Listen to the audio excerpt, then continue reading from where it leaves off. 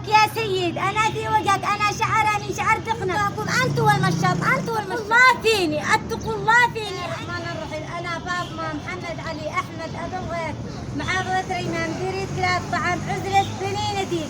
المظلومة قاموا بقتل زوجي و13 رصاصة في الآل النمس، وأتوني بعد القتل 3 ساعات. أجا محمد بن محمد الفقيه وأبو رعد المنتصر ومنصور علي عمر المأمون الفقيه عزلة بني نديم، وقاموا بتوقيعي وقالوا بس احنا اجينا نفعل خير نسجل حقوقك، وقاموا بتوقيعي واجباري على توقيع ما ادري على مهنه، وخرجوا القاتل ضربتموا له طقم ودوكموا له فرقه قابل انه قتل زوجي، وان الشعب ارتج والمشاط والكل والكله وصرفتوا له طقم. هل صحيح ام لا؟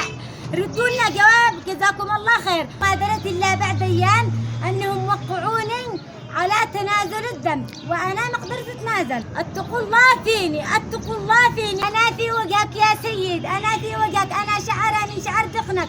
انا لا تحسبني الا بنتك ولا اختك، انا انسانه مظلومه. انا في وجهكم، انا في وجهكم انتم والمشاط، انتم والمشاط.